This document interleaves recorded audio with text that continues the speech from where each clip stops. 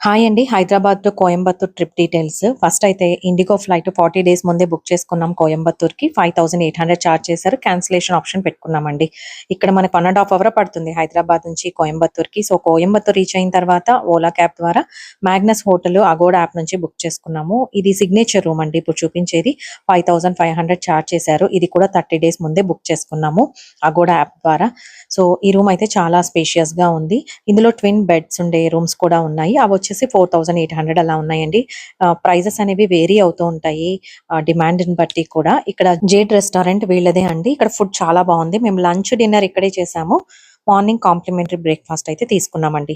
ఇక్కడ నుంచి ఈషా ఫౌండేషన్‌కి వీళ్ళని అడిగినప్పుడు రెడ్ క్యాబ్ సర్వీస్ బావుంటుందని చెప్పారు. రెడ్ క్యాబ్స్ అయితే బుక్ చేసుకున్నాము. 1 ½ అవర్ పడుతుంది రూమ్ నుంచి కూడా. సో, ఇక్కడ ఈషా ఫౌండేషన్‌లో ఎంట్రీ టికెట్ ఏమి ఉండదండి. లోపల అన్నీ కూడా ఫ్రీనే. బట్ క్యాంటీన్ ఇవన్నీ కూడా మనం ప్రైజెస్ పే చేసుకోవాలి. టెంపుల్స్ అవన్నీ కూడా ఫ్రీ విజిట్ ఉంటుంది. బట్ క్రౌడ్ చాలా ఎక్కువ ఉంటుంది. సమ్మర్‌లో ప్రిఫరబుల్ ప్లేస్ అయితే కాదండి ఈషా ఫౌండేషన్. చాలా హాట్‌గా ఉంటుంది. ఎక్కువ నడవాల్సి ఉంటుందన్నమాట. అలాగే ఇక్కడ బ్యాగ్స్, సెల్ ఫోన్స్ అన్నీ కూడా కౌంటర్‌లో పెట్టాలి. హెవీ క్రౌడ్ ఉంది మేము వెళ్ళినప్పుడు. సో, పెద్దవాళ్ళైతే కొంచెం ఆలోచించుకొని వెళ్ళండి. అలాగే ఇక్కడ లేజర్ షోకి కూడా క్రౌడ్ చాలా ఎక్కువ ఉంటుంది. చైర్స్ అలాంటివి ఏమి ఉండవు. సో, నేను పెద్దవాళ్ళ కోసం స్పెసిఫిక్‌గా చెప్తూ ఉన్నానండి. సమ్మర్‌లో విజిట్ చేయకుండా వింటర్‌లో అలా వెళ్తే చాలా బావుంటుందనైతే నాకు అనిపించింది.